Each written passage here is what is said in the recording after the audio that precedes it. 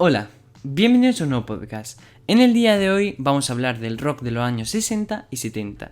Para ello tenemos a nuestro experto en historia, pero también en rock. Bienvenido, Mario. Hola. Bien, como siempre y en todos los podcasts hablaremos un poco de una pregunta un poco general. Y es que cuéntanos cómo definiría el rock de los años 60 y 70. ¿Por qué hablamos de él y por qué sufre un gran cambio de lo anterior visto? Bueno, el rock de los 60 y de los 70 fue básicamente una innovación gigante para la época, ya que en los 50 lo único que se escuchaba era un poco de Beatles, o sea, los orígenes de los Beatles básicamente, y el resto era más folclórico, más country, más clásico, ¿sabes? En los 60 y los 70, debido al cambio cultural y los diferentes acontecimientos que pasaron en la época, pues se hizo, por así decirlo, más rebelde esta música y más cañera, como digo yo.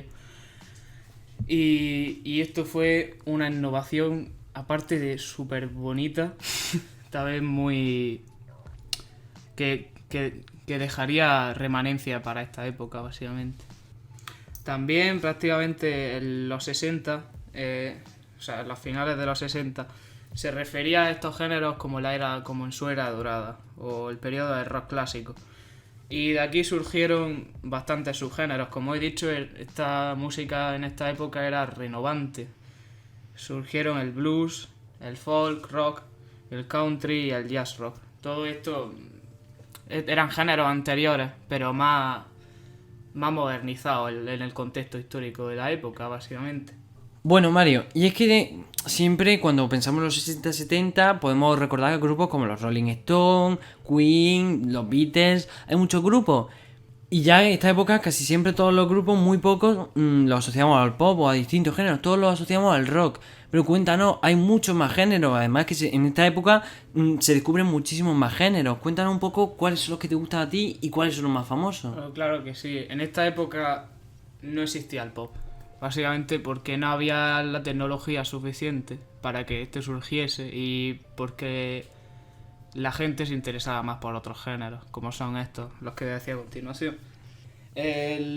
Todos estos subgéneros que mencionaba antes, el country, folk, rock, el jazz rock, todo esto contribuyeron muchísimo al desarrollo del rock psicodélico, que fue básicamente lo puntero de la época. ¿Y el rock psicodélico nos puede decir algún grupo así? Bueno, el rock psicodélico tiene muchísimos grupos, o sea, pero los más conocidos serían básicamente los Beatles, los Beach Boys, o sea, eso, bueno, los Beach Boys empezaron siendo rock psicodélico, pero en los 80, 70 ya eran como más adaptándose a la época, más comercializándose.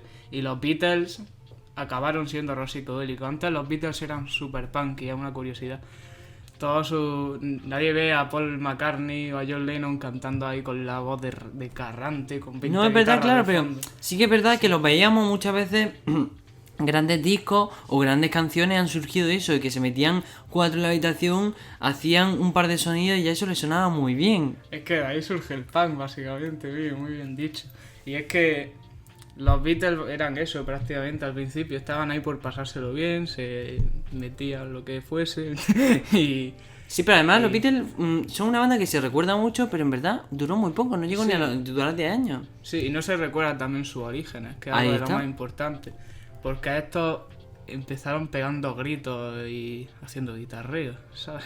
Sacaron, Y- nada más que y- sacaron 3 álbumes, 4 álbumes así que podamos recordar Claro, más pero hay grandes. mucho más. Pero nadie recuerda el principio. Claro. Y pues básicamente se fueron adaptando a la época. Fueron los únicos que no se metieron en el rollo hard de los 70 o de los 60, pero antes sí que eran. Bueno, los 60 sí, eran así más rockeros.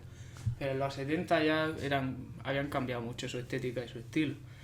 Bueno, y lo que has dicho antes del punk, eso surge en Reino Unido, pero eso ya hablaremos. Eso era por prácticamente 75, 80, de eso ya hablaremos más adelante.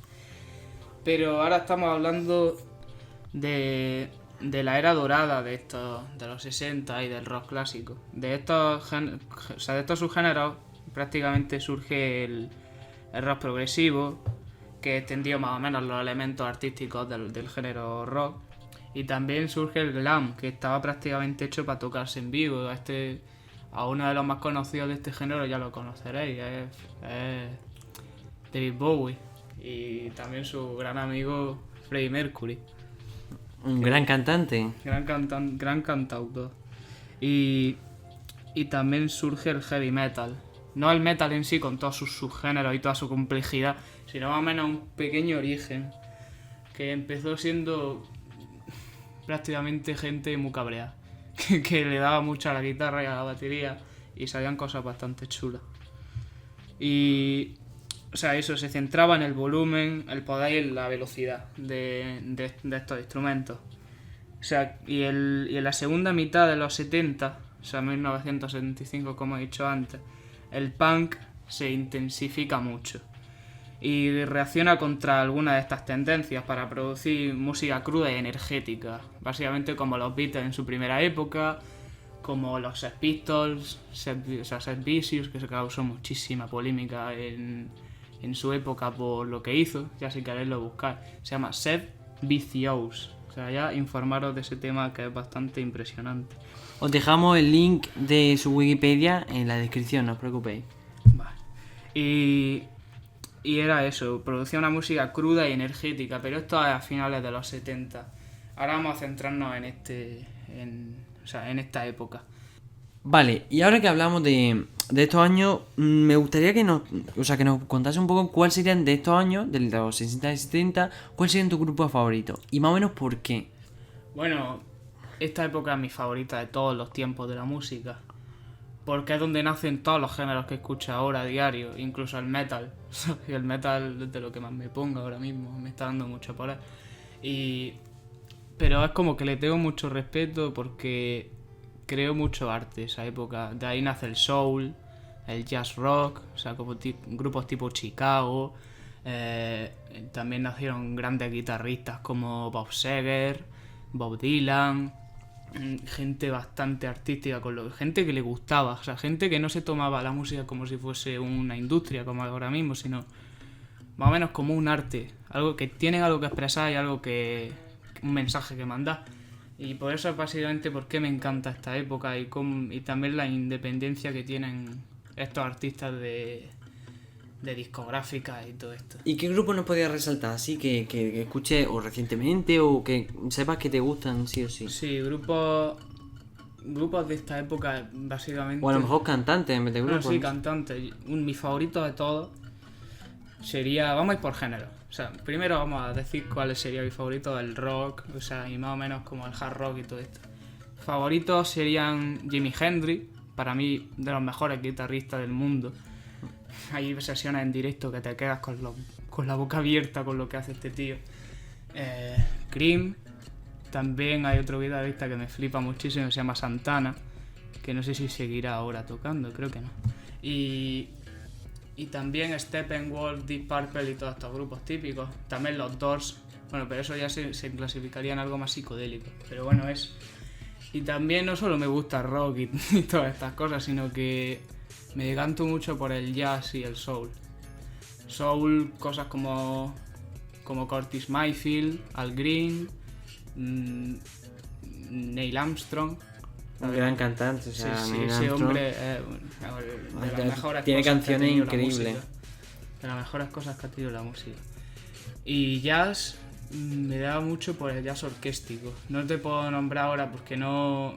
yo no me sé orquestas de jazz, ¿sabes? No, claro, entiendo. Pero me flipa. O sea, la compenetración que tienen los instrumentos, la batería, esos solos de batería, esos solos de trompeta, de saxofón. Me pone los Y pelos cuando de se punta. junta todo ya es Y increíble. cuando hace un boom todo junto ya... No, bueno. Y hemos hablado de rock, un poco de rock psicodélico, lo que he dicho, los Doors. Los Doors es un grupo que me fascina. O sea, este grupo y su historia, básicamente porque ellos no utilizaban bajo. Los Doors no tenían un bajo... No tenían bajo, o sea, la guitarra está enorme, con 4 cuerdas, que no hay boom. Sí. O sea, y todos sabemos que sin eso la canción no tiene sentido, sin una base. Pues entonces, ¿qué hicieron ellos? En vez de utilizar un bajo, utilizaron un organillo. Creo que se llama, puede que me equivoque, Ray Maisek, el que tocaba el bajo, o por así iba el nombre, creo que puede que esté equivocado. Y era flipante como lo hacían. Tú puedes pensar que no, es imposible que un grupo toque sin bajo, pero sí, y lo hacían bastante bien. Tienen canciones muy memorables. Mi favorita se llama Wishful Sinful, que es como una especie de armonía entre instrumentos de cuerda y viento, y también el estilo de Jim Morrison y su guitarra, que de verdad me fascina muchísimo. Y ese estilo psicodélico, esos álbumes y sobre todo su historia, tiene una historia muy interesante. Recomiendo una película que salió el año 70, 80 y a finales, que se llama The Doors, que es la historia de este grupo. Y la verdad es que el actor principal hace muy bien de Jim Morrison y prácticamente lo confundes con él. Y muy recomendable si os interesa la historia de este grupo.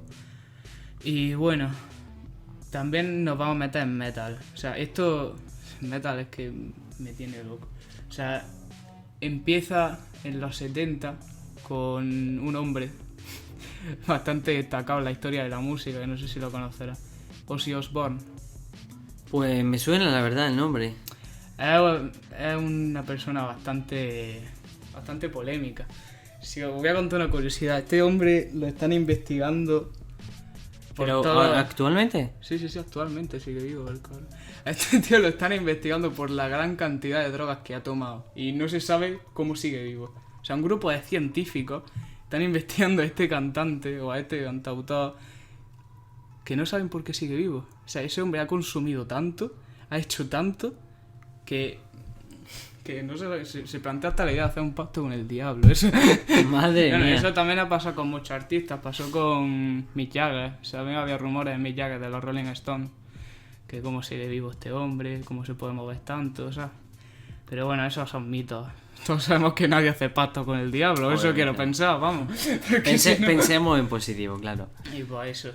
Que Ozzy Osbourne tiene un estilo flipante que marca mucha base para grupos posteriores, grupos como Queen, grupos como Def Leppard, grupos como Metallica, voy a ver si nos vamos a lo más famoso, Megadeth. Todo esto se crea en origen básicamente a Ozzy Osbourne. Bien, Mario, y ahora que hablábamos de todos estos grupos, claro, también tuvo una repercusión social en ese entonces, que es cómo afecta todos estos géneros y estos grupos a la sociedad. ¿Qué repercusión tuvo? ¿Buena o mala? Cuéntanos. Hombre, la sociedad de ese entonces hervía mucho, o sea, era algo muy tenso. Estamos hablando de los 60, 70, Guerra Fría. Guerra Fría, Vietnam, conflictos en países del sudeste asiático, Corea, todo esto. Era una época en la que la gente quería moverse, quería dar su opinión y quería hablar. ¿Cómo lo hacía? Mediante la música, mediante movimientos sociales, mediante festivales como el Woodstock, todo el mundo conocerá eso. Y también muchos de estos grupos se unían a la causa por ambas partes de esta Guerra Fría. Y nacían movimientos de contracultura como el movimiento hippie de los 60, 70. Y eso ha repercutido también mucho en este tiempo, en esta época, en 2019. Estos movimientos sociales y todas estas protestas han calado muchísimo. También se hicieron muchísimos festivales en contra de estos conflictos. También hubo uno en Moscú en el 88, el Festival por la Paz de Moscú, que tocaron muchísimos grupos de metal, pero esto ya estamos hablando del 89, ¿sabes? Ya fin de la Guerra Fría, estamos ahora 60, 70. Y pues básicamente eso, que repercute mucho, una época en la que la sociedad cambia muchísimo y en la que los cargos políticos hacen básicamente lo que les da la gana con su armamento y con su gente, lo cual hace que esta gente se mueva y hable y proteste. Bien, y ahora ya para terminar, para ir cerrando, hablamos de 60-70, pero también sigue habiendo rock, se sigue produciendo rock. Pero, ¿qué cambio resaltaría? O sea, de esos años a la actualidad, ¿cómo ha cambiado el rock? O si se sigue haciendo lo que se puede llamar como rock. Hombre, se podría llamar rock, pero actual más que otra cosa, porque no hay color entre el rock de antes y el rock de ahora. Yo lo veo básicamente como un poco de simplificación de las cosas. Es como una regla de 3, por así decirlo. Bueno, no sé si he puesto bien ese ejemplo, pero al crecer más tecnológicamente innovaba más esta música. Claro, ya innovaba se con ha efectos, modificado mucho, sí, ¿no? y al pasar esto se industrializaba más y por tanto perdía menos significado estas letras y este arte. Claro, porque ya queda muy poca gente que haga música por el arte, como has dicho antes. Sí. Ahora ya es más, sí, como dijiste, gente que quería ganar dinero, se metía en la música, a veces triunfaba con suerte, y claro, pero Lo importante era disfrutar ahí está. con lo que hacía y eso ha cambiado muchísimo, es lo que veo yo, una pequeña involución. Pero bueno, tampoco hay que quitarle mérito a los grupos No, que hay obviamente, ahora. claro. O sea, siguen manteniéndose grupos como Pearl Jam, uno de mis grupos favoritos, como Tool, de lo mejor del metal progresivo, lo recomiendo muchísimo. Ha sacado un álbum hace poco, o sea, han pasado 25 años o 26 del último álbum de Tool y ahí acaban de sacar uno por la cara, ¿sabes? Bueno, también sigue activo Queen, aunque ya Queen. su vocalista no siga entre nosotros. Adam Lambert, junto Sí. a lo que queda del grupo de Queen, siguen tocando. Sí, lo he Incluso visto, el se nuevo- rumoreaba hace tiempo que habría una gira en 2020. Eso sería muy guay. Y sí, básicamente eso, que ha repercutido mucho, claro que ha repercutido la música de esa época aquí, pero lo he visto más como una simplificación, que no han aprovechado mucho lo que tenían. Y eso todavía se puede cambiar, y hay grupos que todavía no hacen música de esa época, y se Claro, puede sí. tener esperanza. No es como otra gente que dice, Dios, la música de ahora, vaya mierda. No seáis de esos porque eso no es bueno. O sea, tú tienes que tener, si te gusta esta música, tienes que apoyarla con todo tu corazón y no solo a los grandes grupos con éxito, sino también a los grupos locales. Yo hace poco estuve en un festival aquí en Motril que se hizo entre Salobreña y Motril, lo que hay, en una especie de cala. Y eran básicamente grupos locales que lo escuchabas y prácticamente te transportaban a los 70. Hubo un grupo de punk que no me acuerdo del nombre, pero me caló bastante. Pues eso es lo que quiero decir, que hay que apoyar este tipo de música cueste lo que cueste, porque claramente sigue, si tú te informas, esto sigue adelante, ¿sabes lo que te digo? Vale, pues muchísimas gracias, Mario. Antes de que os vayáis, hablaros rápidamente de dos cosas. Una, el sorteo está activo hasta mañana, podéis participar y podéis ganar un altavoz Bluetooth. Otra cosa también, que recordad que tenemos un patrocinador y tenéis un código de un 10% de descuento para mochilas y auriculares. También tenemos Patreon, que os dejo en la descripción, por los que no sepáis qué es Patreon, una microplataforma de pago que permite apoyar económicamente a los creadores de contenido. Y en el siguiente podcast, si este os gusta muchísimo, hablaremos sobre la época de los 80 y 90.